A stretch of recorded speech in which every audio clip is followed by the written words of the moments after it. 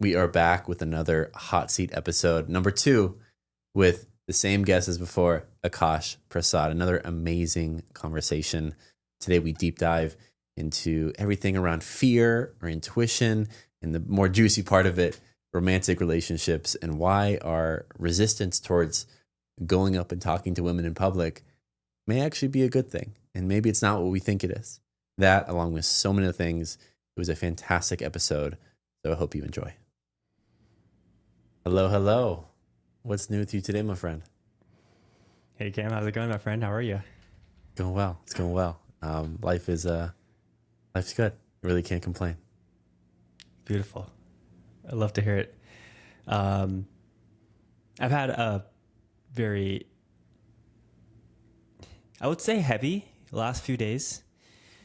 I've just had a heavy last few weeks, to be honest. But today was like a nice kind of roller coaster of like going from feeling a little bit out of it to now everything just clicks, you know, the more you sit with that out of itness, so to speak. So I feel good. It's all meaningful. Everything that's happening is meaningful. It's not like, why am I feeling this? This makes no sense. Like, no, it makes perfect sense. Yeah. What do you mean by that, actually? Because it kind of makes sense and it kind of doesn't make sense. As you're saying, it all makes sense. Like when we're going through things, like when we're feeling low, for example, it's easy to, you know, say something like, why me? Or why am I going through this? Or what did I do? Like nothing in my life is really difficult. I'm not feeling any kind of actual stress, but why do I feel the way I feel? You know? So there's a part of you that kind of like, or a part of me at least, that kind of will, that's how I used to be, reactively, or reflexively, I should say. And now it's like, no, I know what's happening. Like this is an opportunity for me to level up, basically, is how I see it. And leveling up just means feeling the feeling even more than I felt it last time that this feeling came up, pretty much. So I have that knowing now. And so when I have these types of days or weeks or months or whatever it is, it's not meaningless. Like that's what I meant. It's just, I understand what's happening. It's for me. It's serving me in a way. I love that, man. Yeah, no, I know exactly what you mean. Right now for me, one thing that's been big is I feel like I've kind of gotten a lot of life moving pretty well right now. But every time that I, you know, sit down to reflect or meditate for a little bit or just simply try to live a normal life, I'm just reminded of the one area that feels so out of whack right now. And it's so funny and it sounds so simple, but it's just like moving my body and stretching. And for some reason, like in the past, the big things were much bigger, it felt. But right now, the idea of stretching, especially the past few days, few weeks, has been always the bane of my existence. I've always been the guy to, you know, put on the basketball shoes and just start running and not care about, you know, prepping the body by any means. And I hit it kind of a breaking point the other day where I was about to do like weighted squats and maybe like 10% down in the squat. So like a few inches lower than normal with the barbell on my back. I just felt like both hamstrings just start screaming, it felt. And I'm like, wait, am I like 6 years old now? Like what's going on? I thought I was 25. And it was this big moment where like, okay, I can't not neglect my body in this way anymore. I need to allow myself to, you know, stretch and move and give my body the priority that it needs. And for some reason, despite it just being stretching, it doesn't matter how small the thing is. It's almost as if that's your next level up, you're going to feel the resistance no matter what. And so stretching just feels like a fine-tuning activity, which is what I really believe it is. But the resistance I had towards it felt like I was just given like a 10-year prison sentence, and I was like slugging and dreading. I was like, oh, I gotta go here in the morning and go to this class and stretch my hamstrings, whatever it may be. But it felt like it was me doing the most extremely harsh, arduous activity one can ever imagine. It's so funny how even like something so small in our lives can feel so big. And this before, was, getting out of bed while depressed after, relationships have fallen apart and all those other things or whatever it is. So that same feeling still kind of happens now, even if you're just kind of fine tuning activities in your life. And so it's so funny. I feel like that's something you and I are both experiencing in our own unique ways, and we can't describe it. And it's hard to even share it because we're like, are we just overreacting here? At least, are we just overreacting to something so simple? But when you really peel back the onion, it's because we're not actually resisting activities. We're resisting that next level up. And the reason why we're resisting it is the reason why we are where we are is because we're not ready for that next level up. And so, of course, there's going to be resistance when we finally move steps forward, passing that level. So, yeah, man, I feel you, and hope it helps to know that it never ends in some weird way. It never ends, apparently. Maybe, I don't know. Maybe. No, I don't think it ever ends either. It's called the infinite for a reason. Yeah, the infinite soul, the infinite journey, the classroom of life. This is what that is. But yeah, it's pretty cool.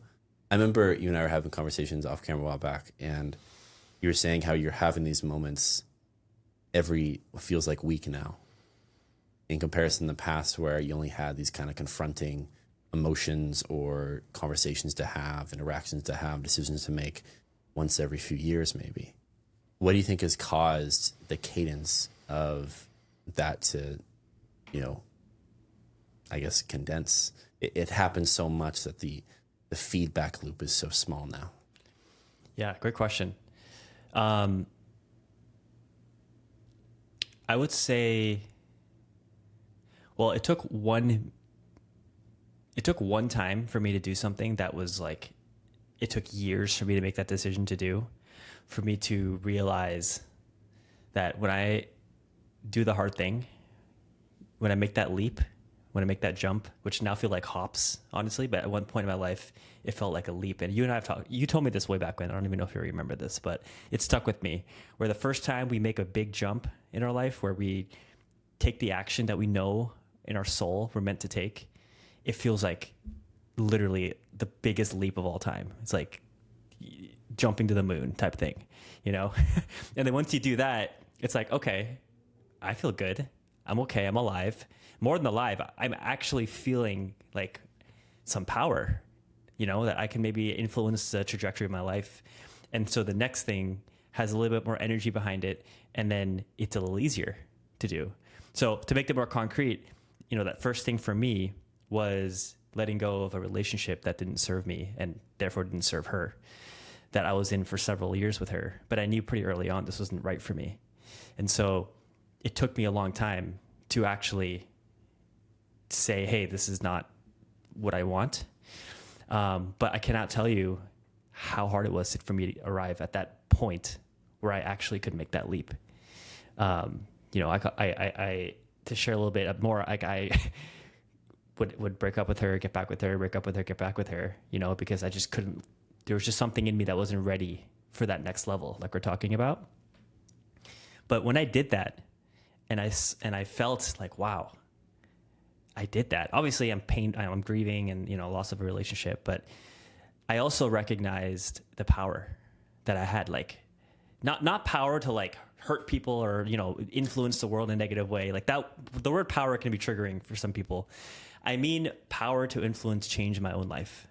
Like I think before that moment, I lived mostly as a victim. Like I was a victim of circumstance. Like the world is happening to me, and it's like unfair that it's happening to me. And then it's my job to figure out what I'm doing wrong. And there's some virtue to that, but a lot of it it's unnecessary. It's like being way too hard on ourselves. So yeah, anyway, that was like that first leap for me. And then further leaps didn't feel like leaps. They actually felt like little jumps. Like I left my corporate career of like 12 years, basically, I think 11 years. And that was way easier than breaking up with my ex. Way easier. And then another little hop after that, which is crazy to say, was leaving my hometown and moving to Austin, Texas. You know, like for the average person, that's a huge change. I'm in my early 30s, man. Like I'm not, when you're younger, it's easier to make these. I had a whole life established out there, and I left it behind, but it didn't feel like a leap. It felt natural. And now, so the timeline is starting to like just condense where like the next thing for me to do is just obvious. And I've gotten to a point now where now it's just kind of small triggers. Like, I had a conversation last night and I didn't show up really well because I was in an emotionally heightened state. And today I'm feeling shitty because of it. This is why I'm feeling shitty today, by the way. And that's okay. I can sit with it and I'm okay. So it's like a progression. It's a progression.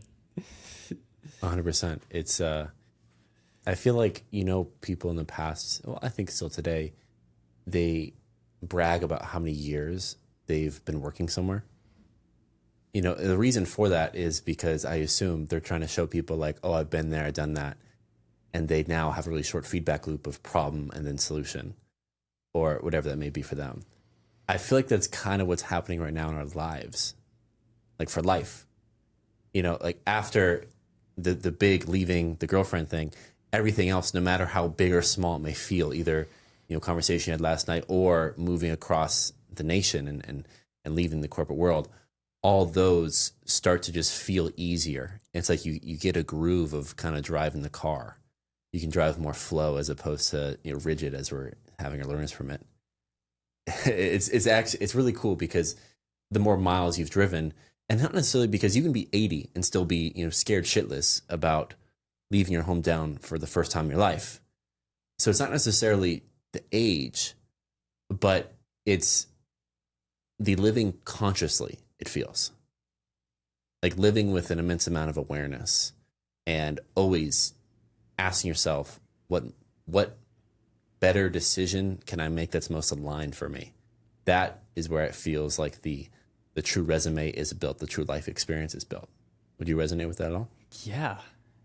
Yeah. Something I've really been kind of noodling on recently is this idea of owning our desires. Like, what is our actual desire in a given moment? And can we own that? Because that's like the basis of where this way of living comes from, where we feel like life is flowing, where we feel like, at some level, we're not even the ones making the decision. Like these desires come through us. And, there's a little bit of discernment here. I don't literally mean, I have a desire to eat junk food, so let me just go get some trash. Like, and in some sense, maybe that desire is real to teach you the lesson, but, that's a whole other conversation. But, after a certain level of like, I would say awareness, after you've kind of gone through a lot of the more basic kind of self-help, you could say, methodologies, this idea of like, what is it that I really want in terms of my soul? What is it that my soul wants? And for me, like, I remember having been in just like that old world, that kind of matrix world that we talk about of corporate job, looking for like, what do I look forward to? Getting promoted, doing a good job at work, getting that stray good job, Akaash, from my manager. Like I would live for those moments. And that's in the work context. And then like, I was like just going to the gym just so I look good. And it's just like, it was all for things outside of me. I was living for things outside of me to get little hits of dopamine. So to transition to a place of like, hey, there's something in my soul that's asking to be seen and owned and then acted on.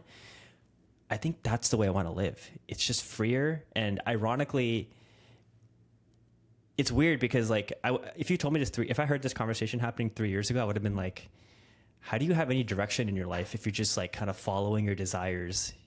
But it kind of just works itself out in a way that you can't really make sense of until you're there. You're like, oh, like Steve Jobs always says, like, you can only connect the dots looking backwards. You can't connect it looking forwards. It's the same idea. So it's like surrendering, man. Just completely surrendering to what it is that I feel my soul is calling me to do. And it's, there's nothing that has felt more right and alive in terms of how to live than this. I love it, man. Yeah, because I think for most people it makes sense why they shouldn't follow desires. Because most people have no contact with their intuition. And so because of that, their desires are like the lustful desires of, let me try to sleep with this woman, let me try to eat this junk food, let me try to do whatever it may be. And yeah, listening to that would bring him down the wrong path real fast. In the matter of a few minutes, it could ruin your life forever. But there seems to be this switch that takes place where those desires, you kind of have like a buffering system of like what is actually, an filtration system of what is actually in my highest good, and a desire coming from that area, or a more like short-term reptilian brain desire. And you kind of you're able to weigh those out pretty easily. And they just feel different in the body. It's like they're coming from a different place almost. Yeah, but it takes a while for the intuition to become the main thing we listen to and in the driver's seat, especially when logic is so logistical and is always oftentimes the first thing that people in society want to jump to, but it's always riddled in fear. I very rarely do I ever see a logical point made that has no level of fear in it. And that's a whole topic for itself of whether fear is necessary, if it's all an illusion, creating a reality, what part of it, to what extent is necessary, law of diminishing returns around that, whatever it may be. But what you said that I really want to learn more about is, you said there was kind of this transition period where you went from, I guess, looking at the external metrics and trying to max out those, to then all of a sudden switching to, I'm going to live by my intuition. I'm going to live by what feels right. I'm going to live by the highest level of desires I can ask for. What do you think led to that flip of a switch, and what did that look like for you? Yeah. It's a great question, because I could totally imagine someone listening to this and they're just like it's not clear. What does it mean to operate from desire that's clean versus a desire that's kind of dirty, right?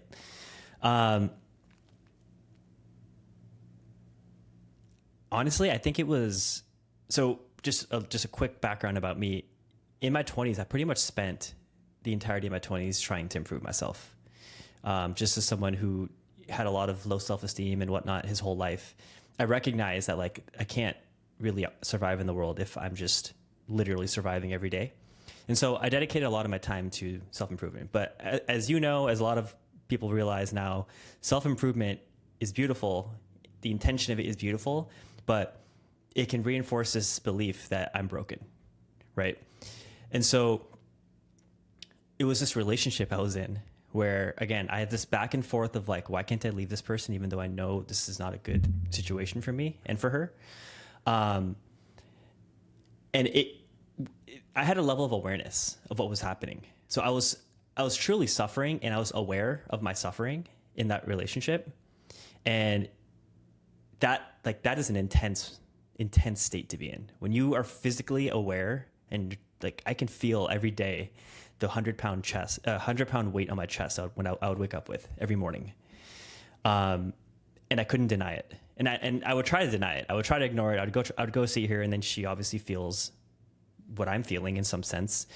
So, it all just led to a profound, deep, like rock bottom level of suffering for me, where I had no choice but to surrender, which is something like, I don't know what's best for me. Like I thought I did all this self-help stuff, all these books I'm reading, all these podcasters I listen to, all these YouTubers I follow, all these friends I talk to, all my therapists, everything. Literally everything under the moon I was doing. But like none of it was, I'm still miserable, and from the eyes of society, like all my family is so happy. Oh, Akaash has a girlfriend now. Oh, he's working at Amazon. Oh, he got into UCLA MBA. Like he's like, from the eyes of society, I'm killing it. I'm crushing it. Right. And then here I am sitting in my room, literally takes, like you said earlier, took me so much energy to get out of my own bed. Right. And I'm aware of that. So I reached a point where I became desperate to know what's happening. And I started to like consume all kinds of new content. Like I've always gone to YouTube for some reason. It's always been my place. And you know, I'm not going to get into all the details, but I basically discovered the mystical side of reality. I became open to the mystical side of reality in a way that I was not before. I was I was agnostic. I didn't care about these things. I didn't care about like, what does it mean to be alive? Like I had some curiosity about it, but I was always like, oh, this is kind of woo-woo BS, you know?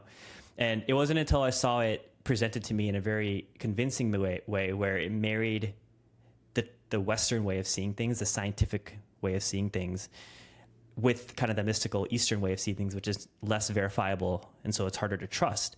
But it was presented by this particular content creator in a way that like, it made me wonder. Like I entered this state of wonder of like, something here feels like I want to explore it. It's new. It's rich. And I dove into it, and that's when things started to shift. I started to meditate a lot more. And then the moment that everything changed for me was when I was just in the middle of this, again, bout of suffering. This is about a month after I had opened my spiritual receptors, you could say. And I was sitting on my couch, and I was just honestly like having a terrible day. And I was like, F all of the rules about how I'm supposed to meditate. I don't care about my breath work. I don't care about any of this crap. I'm going to sit on my couch and just do it my own way. And I sat down and like, I just closed my eyes, and I literally just felt my body relax on the couch. And then I relaxed some more, and then I relaxed some more, to the point where I was feeling like I was melting, even though I'm sitting up straight. And all of a sudden I felt this profound peace. And when I again, because I was aware of what was happening, I contrasted that peace to the storm I was in literally 5 minutes ago. And I'm like, if I can access this peace sitting down with myself for 5 minutes, this has to be my true nature. Like this has to be actually me. like what all this stuff that's happening is, it's not who I am. It's something else. And at the time I didn't know what it was, but so something clicked there. And I began to like, and that was maybe the first time in my life, or first conscious time in my life, where I felt my own power in some way, where I was like, I don't care what the latest Twitter guru says about the right way to meditate. And so I just started to meditate on my own terms, and I started meditating a lot more than I was meditating following someone else's directions, because it was coming from within. I was curious about it myself. And then things just started to clarify in my intuition. Like you said, that's when my intuition came alive for me. I started to hear, oh, that's my intuition versus that's just fear trying to disguise itself as intuition. And that's still something that I think we all are working through in ways. Like that's a never ending game too, to really fine tune that discernment. But it led to a breakthrough moment where I was like, I have to leave this relationship. Not from a place of logic, not from a place of like, oh, you know, I've tried so hard and blah, blah, blah, but from a place of I'm sitting down and meditating, and something just came through me that said, it's time. And there's no arguing that. There's no arguing your intuition. Wow. So it felt like you just kind of made space for intuition to actually speak up. So you literally just sat down and did nothing, which is like so profound nowadays for some reason. You know, that's how far society's gone off the deep end, apparently. But okay, so there's that part, and then that's a huge thing.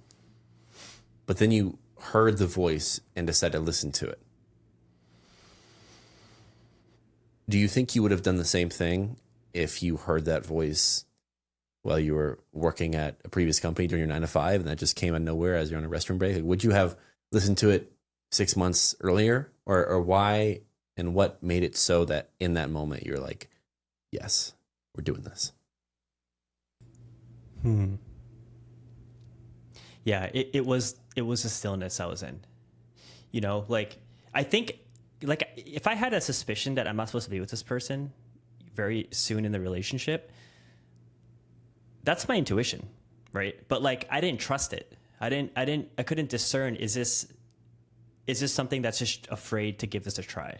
And that's what I told myself. It was like, I need to try harder. I need to like, no, leave no stone unturned. That was my mentality in that relationship. And I think that moment where the intuition came through, when it was very clear, because I was meditating, because I had basically exited the mind and I was somewhere else. When that voice arose, and I say arose intentionally, like I didn't ask it to come through; it just came through, right? I didn't sit down that day to meditate and say, "Hey, what do I do with this relationship?" And there's a power to that too, which is it's a separate conversation about intentionality and all that. But in that particular moment, it just came through, probably because I knew I was suffering so much, and that's the only thing on my awareness, right? So I think because I was in like this empty vessel, kind of, you could say, I recognized the truth of the intuition, where in the past it was the mind trying to twist that intuition to stories. And the moment the mind tries to take that truth that is pure, it becomes impure, and then it becomes harder to trust. That's my experience, at least. So it just comes down to following the voice as soon as you feel it, almost. Yeah. And not trying to second guess it or wrap a story around it, it feels. Right. And maybe if for someone who's starting off, it's like first creating the spaciousness within you to first know that, hey, this is intuition versus this is fear or whatever else it could be, a desire. Later on, I think after meditation and after you become a lot clearer in the mind and you're able to like know that your own mind's tricks to some level, you don't have to always be meditating to hear intuition. Like it's just, you just notice it more. But early on for me, I had to sit and meditate because otherwise I'm just too in my head about, whatever happened that day. Yeah, most definitely. Do you feel like this voice will lead you to your like forever relationship?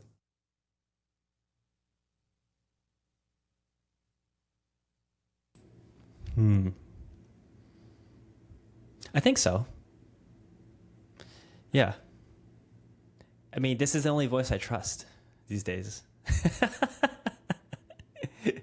Like, I'm not saying that the voice will know immediately. It's not like I'm going to see this person across the room and be like, this is it. This is maybe. I don't know. I don't know how it works, to be honest. But, I'm still single. So, and I know it's such a personal journey that it's almost like foolish to ask others in some sense, because it's just everyone has their own, way of finding, of arriving at that place. But yeah, I think it'll be a big part of it for sure. I mean, if not the entirety of it. Because the thing with the relationship stuff is there's still a fear I have around some residual fear that doesn't even have any basis anymore. That's how I know it's like literally holding on for dear life around going up to someone I find attractive and talking to them or whatever. Like that is still a fear that's active in a way that I'm like, there's no basis for this fear anymore. Like I've done everything else in my life that's like 50 times harder objectively. Like this should not be that difficult, but then there's that judgment that you can hear when I say that even. Yeah. Why do you feel as if that's still difficult?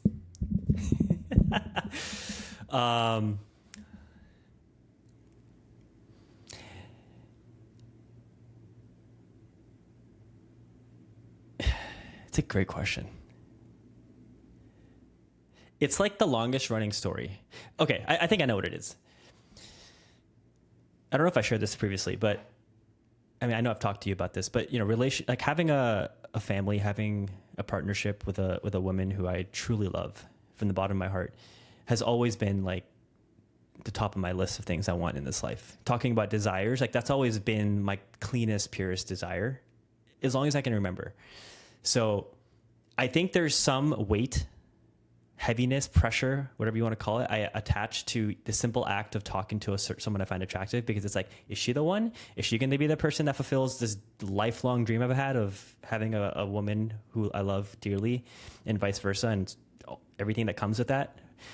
Is she it? Is like, and so it's like there's this pressure of, oh, I gotta maximize the chances of something good happening here. So let me make sure I look good. And, oh, if I don't feel perfect right now, then I'm going to try again tomorrow. Oh, she's not going to be here tomorrow. It's okay. No worries. You know?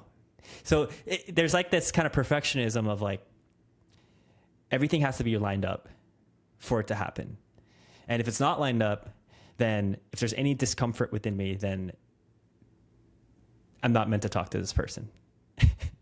And that's not my intuition. I'll tell you, that is fear. Really? How do you know the difference? Because it's dirty. It's dirty. It's like, I just know there's a weight to it. There's a heaviness to that feeling. And I can feel it in my body too. You know, like fear in my body feels like a pressure in my chest. And whenever I notice that, like, I know that now my mind is in a fear state. Right. And so whatever thoughts come up are probably coming from fear. And I know my intuition is still there, but like, it's going to be harder to really tap into during that place or during that state of mind. So yeah, I just feel it in my body. Yeah. What do you think it would take to lift that weight?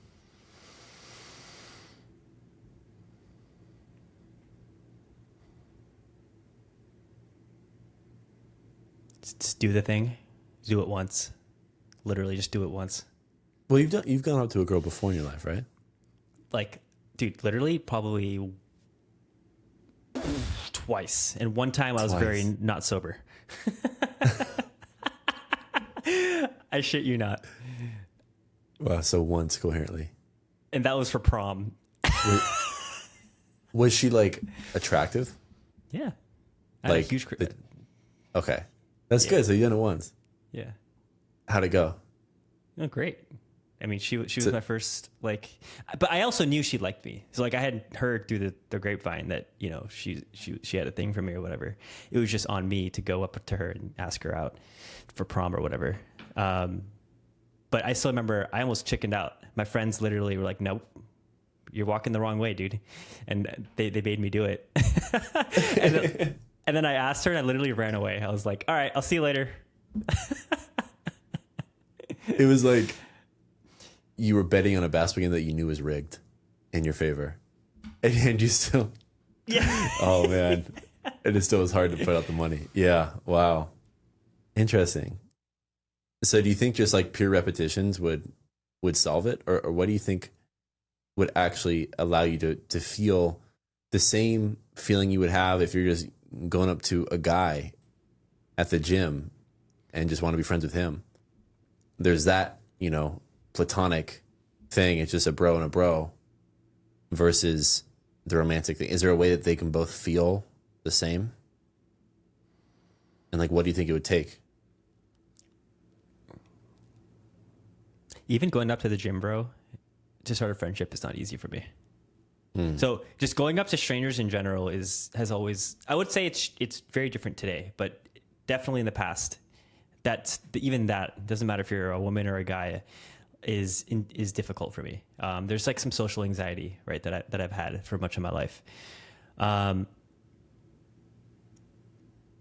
would say though that these days I'm much more comfortable just like, I don't know, just talking up whoever, you know, especially if I'm in a good mood, if I'm just feeling free and light. Sometimes if I'm feeling a little heavy, like if I'm like how I'm feeling right now, I wouldn't be very outwardly, like I would be friendly in receiving someone's in greeting. Like if the cashier just wants to say something, like I'll very easily be able to have a warm, loving conversation with them, but I won't be the person to initiate if I'm in this kind of a state. Some days I feel very free where I can go up and say hi. And then those are the days that I guess in some way I'm like, oh, if I don't feel that way, then maybe I'm going to honor it and I'm not going to go up to someone and talk to them and shut them up. But I think that reinforces this belief that like things have to line up always. Otherwise it's not worth trying, which deep down I know is not true. Why is that? I don't think I have enough like direct evidence to like, I should rephrase that. I suspect it's true, but I don't know it's true.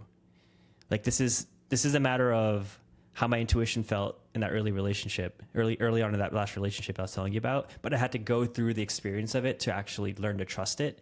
I think I have to do the same thing. Wow, this is clarifying as we're talking about it right now.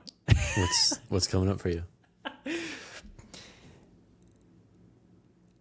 Some part of me knows, like I should say suspects, but it feels like a knowing that if I really don't feel like talking to someone, I don't need to talk to them, and that's okay. And it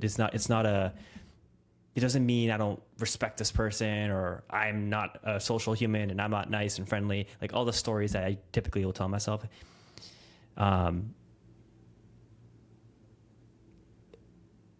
It's just not like that. That's a suspicion at this point.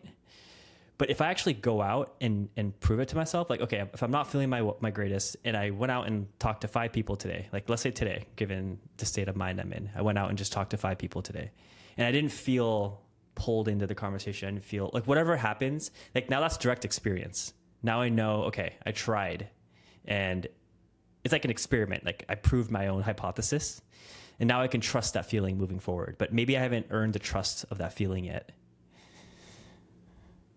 But I could be in my head right now, dude. I don't know. I feel like I'm really in my head right now. So Why is that? I just feel it. I just feel it in my head. It's like tension over here. What do you think? I feel like it's something that every guy and girl has to go through in this life is muster up the courage to have conversations with someone you don't know that you're romantically interested in. And yeah, it's so funny because I've probably in my life, I wouldn't say 100, but a few dozen women. The first 10, incredibly nervous. And then after that, still very nervous, but less nervous. And then whatever the last few ones were before meeting the final one in L, it wasn't easy, but it wasn't super difficult.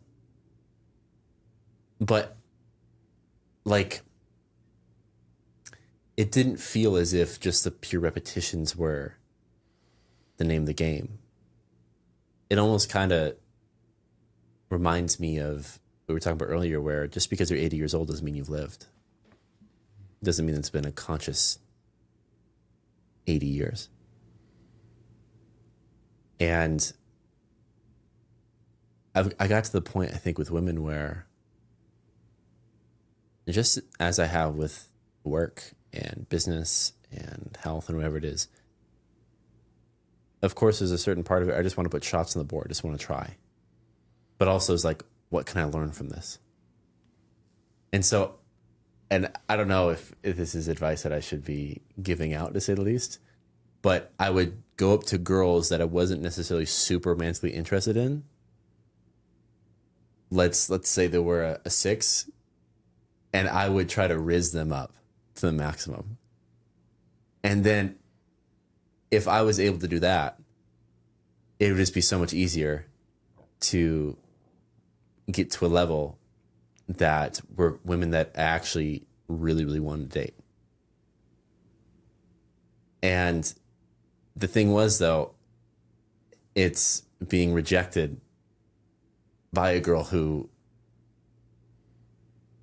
you don't even, she may be even less of a caliber than what you think your wife may be, that it kind of checks it like, oh, that's the worst thing that can happen. And it's okay to be rejected by a 10 supermodel. But if it's someone who you believe you may be out of their league and you relationship with them, then it's like, all right, well, nothing's going to hurt now. And there's something to the repetitions, but also just going from a place of every single time, it's like, this is just a learning experiment. This is all it is. This is me learning about how I can best approach women, and also how can I connect with people in a way that doesn't feel like a pickup artist. And the moment I started looking at it through a lens of, I'm walking up to this woman not to talk to my future wife, but I'm walking up to this woman to learn about human behavior and to see if there's any type of spark, whether I think they're married material or not. I mean, that's when you get in a flow.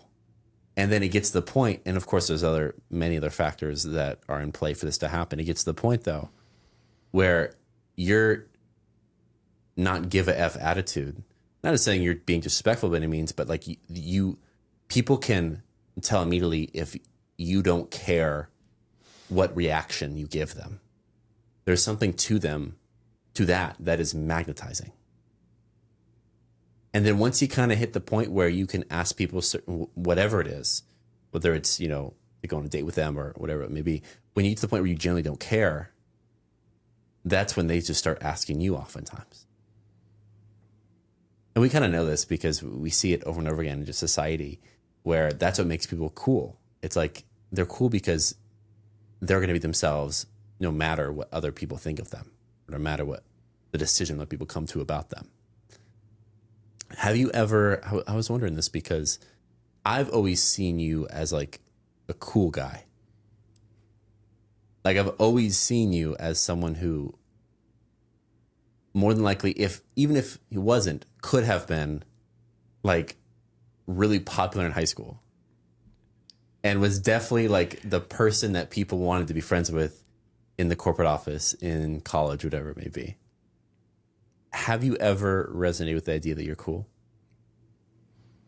Yes, but not as the popular, not from the perspective of being popular, if that makes sense. Like I think I resonate with the idea of cool in the sense of how I dressed, especially back when I was in LA. You know, the cars I drove, the way I spent my weekends going out. But I actually never had a huge, like, I mean, I guess it depends on what you mean by popular, right? Because like I had a pretty big network of friends back home. But these are not like it doesn't matter that I have a lot of friends. Like it wasn't, from my perspective, it was just like, these are just people I grew up with. Like, of course I'm going to keep them close to my heart. And of course I'm going to spend time with them. But yeah, I wouldn't resonate with like the traditional idea of like, you know, I had a frat boy phase, I would say, literally in college for like a year or two, you know, we're in the Ray-Bans, driving the Beamer, all that stuff. Like I was literally in a frat. So yes, I had a phase of that. But it was like a mask I wore. It was never actually how I felt inside. Yeah, everything you said about being popular or cool was all external. Do you feel as if just how you are today, that you are cool, or that other people may see you as cool? I have never been asked this question in my life. I don't know. The honest answer is like, I don't really care if I'm cool or not. Why do you ask? Yeah. I'm curious.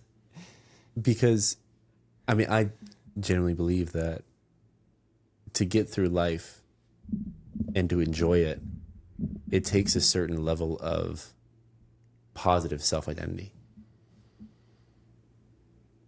Right? Because if we look at like The Rock, right? Dwayne The Rock Johnson, if he was single, he wouldn't have probably any problem going up to women, more than likely. Because the universe just deemed him as cool. Everyone really likes him. He's a very charismatic dude. He has everything going for him, for the most part. He's cool. And so when he believes that within himself, as a byproduct, whether it's casting for the next role in a movie or going up to women, it's just automatic. It's just part of his behavior. It's no problem. It's just something he does. He doesn't think twice about it. Because it's less about the action or intangible reps. It's more about the self-image. Because like, I believe, I mean, knowing you pretty well, and I mean this in the most platonic way, of course, but I think it would be a privilege to date you. If I was a woman and I was interested in men, like genuinely, like I know more of your life than most people. And I really believe that. But I don't know if you believe that. Does it resonate with you at all? Yeah, I mean, that's the story I've definitely believed for a long time. Um, it's funny. I really do. I'm beginning to, and not even beginning to, like, I do believe in who I am now. Like, there is a value, a very tangible value that I offer this world that I'm learning to embody, And I know also, and this is how I know I'm completely like healed from a last relationship, or I'm healed as much as I can be at this moment. But I can literally feel the energy of what that relationship's going to be like, what that person's going to be like. Like, there's something so viscerally clear to me about it. And I know how who I am is going to help in whatever ways it's meant to help this person in their own journey in life. And like, that's what I ultimately want, is to be in a partnership where we both elevate each other. I mean, just like you and Elle. And I know I'm capable of that right now, today, as of this moment. So that story, honestly, is dissolving. And I think that's why earlier I mentioned like this whole fear I have about approaching women at all. Like, it's baseless.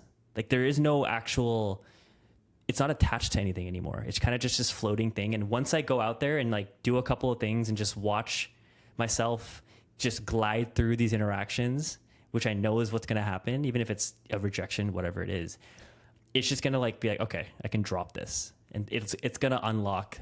I already know it. Like, and so it's just a matter of like, I think I love, you always have this phrase of like emotional readiness. It's just about the readiness. Am I ready to go today and make that my goal? Or tomorrow, I wake up tomorrow and be like, okay, today's the day. Because that's the thing, is the one thing in my life right now that I'm learning that it's hard for me, honestly, is what is my intention in any given moment? What is it that I really want to do? Like, again, going back to this topic of desires, like, this is a huge desire. This is probably the biggest desire I have, yet also the one that I feel most paralyzed in. So if it's like, or why is it that I can't just wake up and set the intention of like, okay, today's the day. Like, this story can literally end today if I wanted to. Yeah, most definitely.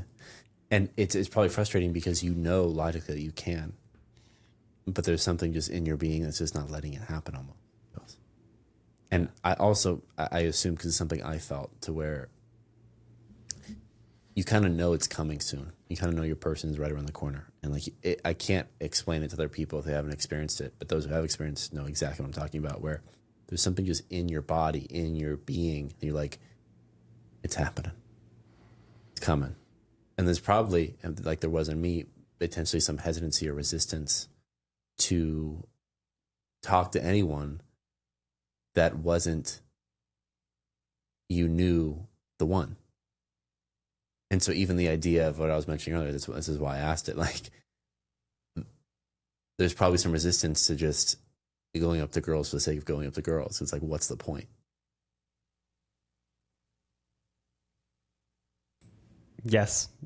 I'm nodding my head. For anyone just listening to this and not watching the video, I'm nodding my head very aggressively right now. Yeah. I asked that earlier because it doesn't feel like the block is just going up to women. Bruh. The fact that you just said that, I feel very seen right now. Thank you. Amazing. Can I add to what you just said? Of course. Because this is at the crux, or at the crux of this paralysis, you could say. I mentioned earlier that I feel her energy, like to the point where when I meet people, it could be a man, but usually women. When I meet different women, even if I'm talking like casual encounters, someone sitting in the corner of a coffee shop, I don't even have to talk to her. I can just feel her energy. Obviously, someone who I interact with, like the cashier at a whatever, any number of like just occasional like passerbys that we have encounters with every day. I can feel shards of her, whoever she is, in different people. It sounds crazy. I don't know how to explain this in words, but it's a very felt like truth that I notice. And I notice it the most when I'm in a loving state, when I'm just feeling open and so maybe in the last few days I haven't been as attuned to that, to be honest. But because like I know the energy so well, it's like most women I can feel an energy from without even necessarily having to go up and talk to them.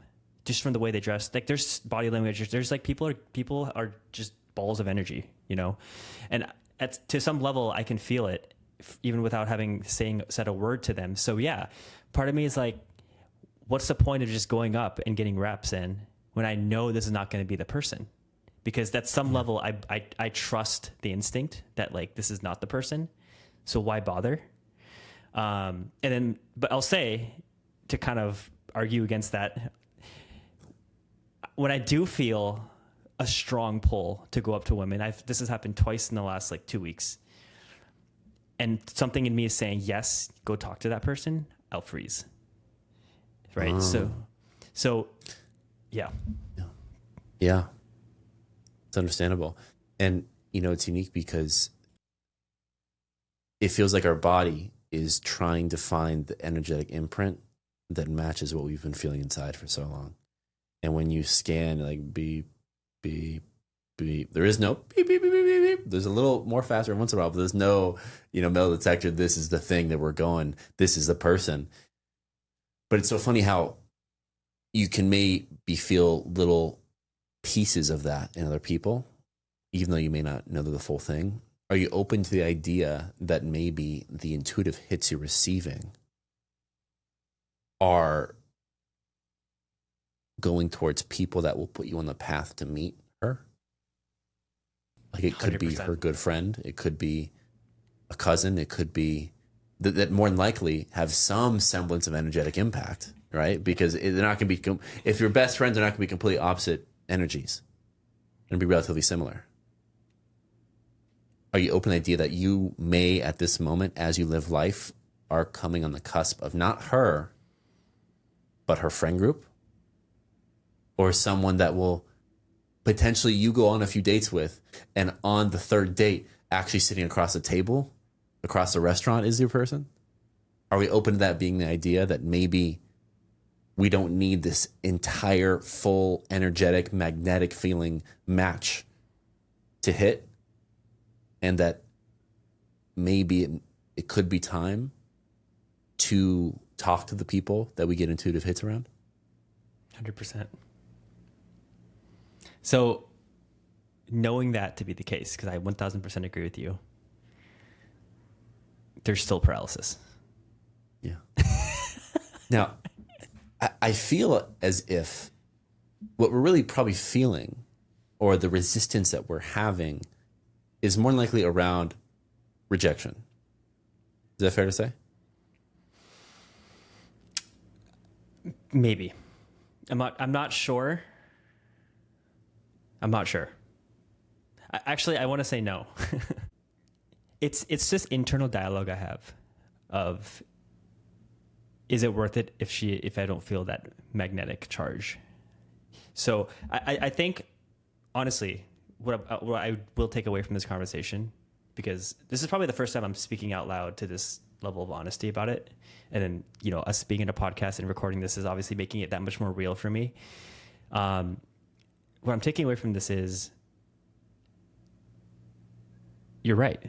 Like, the funniest thing about this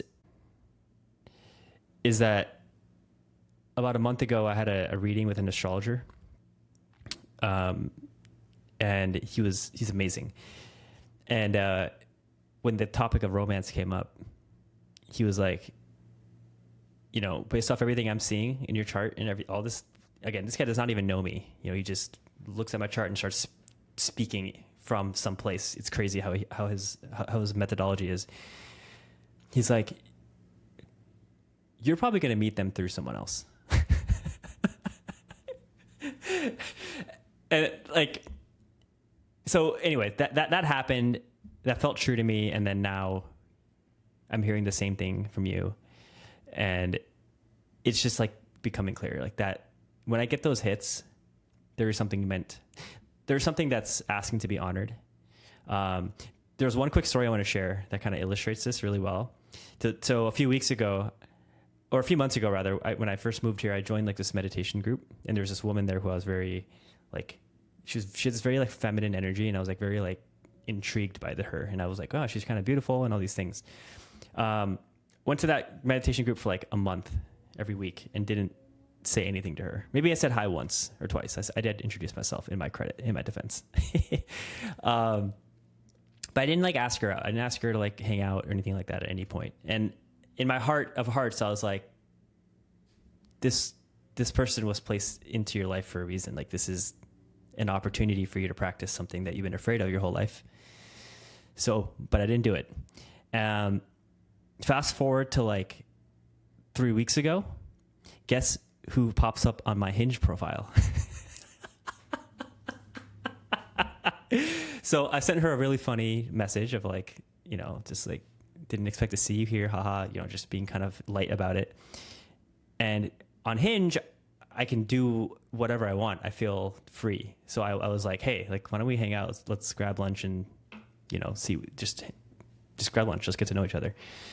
So we did. And like 2 weeks ago, I took her out, and we had a nice conversation.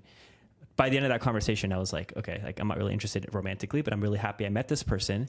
But it was a funny, like, if I'm just reflecting, it was a funny little wink from the universe of like, come on, guy, it's time. Like, I can keep throwing you these little cards, but like, it's time, Yeah,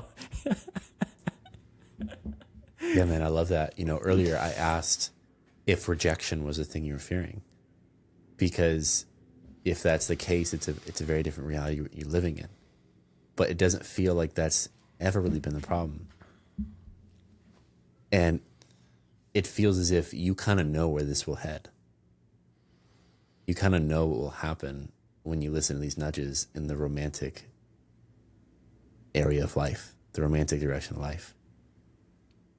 And so maybe it isn't like going up to the girl that we're fearing at all. The random girl that we get intuitive about. It's not about her. It's not about you asking to go to lunch or do these things and she's saying no. It's probably about what your soul, what your entire being knows comes on the end of that. Whether she'll connect you to her or she'll prepare you for her. It feels as if you kind of innately know, and it's that we are maybe not ready for, as opposed to freaking out about not going up to a girl that you see as cute at the coffee shop. And you know what's so hard about this, Cam, is in society, all we see are messages of what we started off this conversation with, which is like, go get the reps in, go talk to the girl you're afraid to talk to, and all these things. But like, something in my intuition is like, this is not gonna be that, and it's a very fine line between that and avoiding the fear. Like, there is a fine line there. Like, there was, like I said, 2 women just in the last few weeks who I know I was meant to talk to, for sure. So there is like a balance to this stuff. I don't just mean to say like, oh, I'm just gonna know, and therefore if everything's not lined up, then don't do anything. But yeah, it's following the hits. I think that's the way you said it is perfect. It's following the hits and just trusting what happens from that point forward. I love that, man. That's really cool. I mean, I'm incredibly happy with where I'm at, of course, and very grateful. And also, I deeply reminisce on where you are right now. Like that process where you're no longer talking to people unconsciously, you're no longer trying to date unconsciously, and now you feel as if, not saying you're on a mission, but pretty much on a mission to attract your person. That's really exciting. And just like you said, the Steve Jobs quote earlier, it's like, we can't connect the dots until it's done. But I know for myself, like, the insights I learned of doing the exact same behavior as you, as knocking up the girl I got the intuitive hit from, that lesson I learned and almost like kind of shame I felt to some extent, or observation I had of myself, then got me to muster up even more and more courage than I ever would have before. Introduced me to this person, that person, and then that's how I met Elle. So it's really cool to watch someone like you who kind of already knows it's all divine timing, and kind of already knows it's meant to be, and already know it's kind of an inner game. And when you're ready, actually, that's when the blocker on talking to women will be lifted, because it's all just another stepping stone to the destination.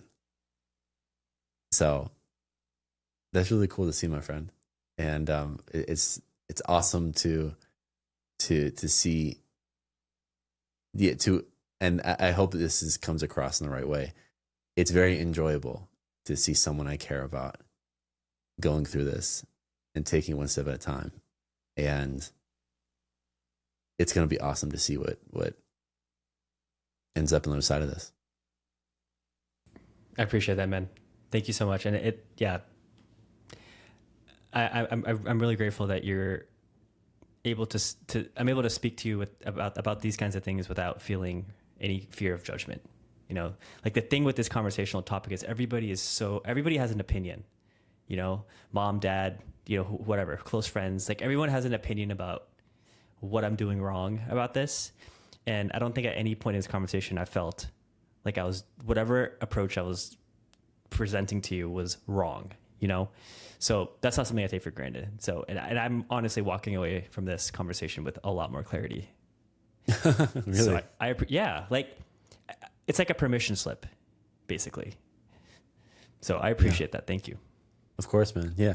I mean, because even though I got what I've wanted out of romantic relationships, doesn't mean I have it all figured out. That doesn't mean that I know your path or direction. So who am I to ever give you advice? And I just appreciate you toying and playing with the stories I shared about my life and what I did, and the observations I've made. It's really cool to have someone that can do that. So glad we're doing this, my friend. Amazing podcast. Thank you so much for coming on again, and look forward to seeing you soon. Sounds great. Appreciate you, Cam. Thank you. See you later, Akaash. Peace. Bye. Thank you for watching another episode of Hot Seat. Now, if you're watching this on YouTube right now, it's more than likely happening on our Whimsy World channel. We just rebranded the channel from what was Listen Before Love to Whimsy World. We're trying to have it fully encompass everything we love to talk about, as opposed to just romantic relationships. And we're so excited to bring you to our world, bring you to the conversations that we have in our living room every day. And yeah, just hope you enjoy. Our intention is to spread more love, light, positivity, and just authentic expression with the world. So if you enjoyed that, you're not already subscribed, please subscribe below. Please leave a like. Feel free to comment your thoughts this episode. Definitely a juicy one, to say the least.